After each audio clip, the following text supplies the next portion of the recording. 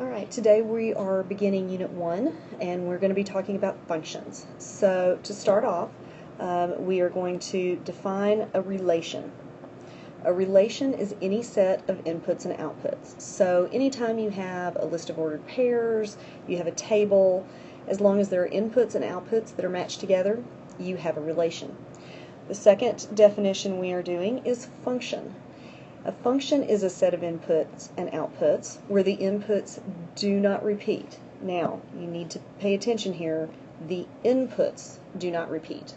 Okay, it's focused on the inputs. The only restriction is the inputs do not repeat. So let's look at a couple of examples. So here's example 1. We have a set of 4 ordered pairs. The ordered pair 2, 3, 3, 4, 4, 5, and 5, 6. My first question is this a relation? Any set of inputs and outputs? Yes, that is a relation. So the next question is it a function? Is this set of inputs and outputs a relation where the inputs do not repeat? Well, let's look. I have an input there, and there, and there, and there. 2, 3, 4, 5. No number repeats, so this is a function.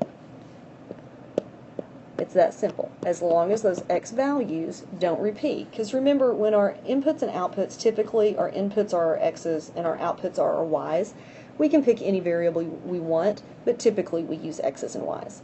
So all we're looking at here are the x values. Alright, let's do another example. Okay, here's example 2. What I want you to do is, on your own, I want you to hit pause and I want you to decide, is it a relation and it is a function? Once you decide, I want you to hit the play button again and find out if you're correct.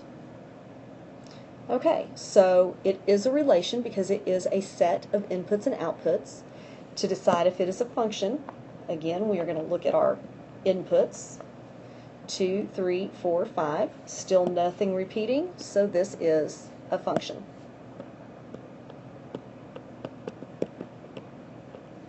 Alright, let's do another example. Alright, so this time I've given it to you in the form of a table instead of a list of ordered pairs. So again, I want you to hit the pause button, decide if it is a relation or a function.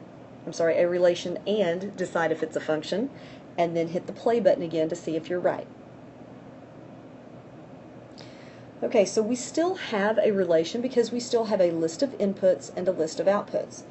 The question is, do we have a function? So we're going to look at our inputs. I've got a -2, -1, 0, 1, and 2. None of them repeated, so this is a function. Now, some of you may have noticed that our y values, or our outputs, they are repeating. But if you remember, up here in our definition, it is only the inputs that we are restricted by to determine if it is a function or not. So it's okay for the y's to repeat. We just have to make sure the x's don't repeat. Alright, another example.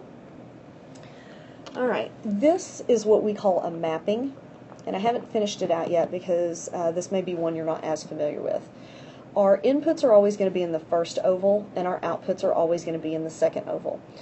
It's not actually a mapping until we actually map the inputs to the outputs. So I'm going to go ahead and draw an arrow from the 7 to the 10, from the 7 to the 1, then from the 5 to the 7, and from the 6 to the 8. Now, to interpret this, all we need to do is look at them as ordered pairs. So from the 7 to the 10, that is the ordered pair 7, 10. The arrow from the 7 down to the 1 is the ordered pair 7, 1. The arrow from the 5 to the 7 is the ordered pair 5, 7. And the arrow from the 6 to the 8 is the ordered pair 6, 8. Alright, now that you know how to interpret it, determine if it is a relation and determine if it is a function. Okay, so this is not a function because our inputs are repeating. We have 2 7s. Those are the x values. Now, from the mapping, you can identify that right off because from one of the x values we had 2 arrows being drawn. So that tells us that that x value is going to repeat. Alright, so you won't be asked to draw mappings this year, but you will be asked to interpret them. Alright, let's do one last example and one more definition, and then we'll be done. Okay, here we have a scatter plot, a set of ordered pairs plotted. I'm going to go ahead and write our ordered pairs here because we need to determine, is this a function? So this ordered pair is -2, 0. This ordered pair is 1, +4. This ordered pair is 1, -2. And this ordered pair is 3, 2. So by looking at our ordered pairs, we have a -2, a 1, a 3, and a 1. We've got 2 1s going on there. So this is not a function.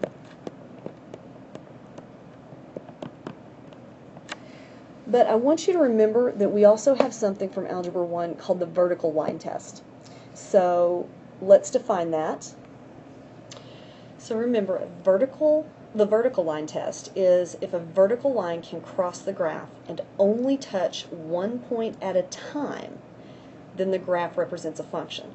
So what I'm going to do is I am going to take a yellow line and I'm going to draw a line.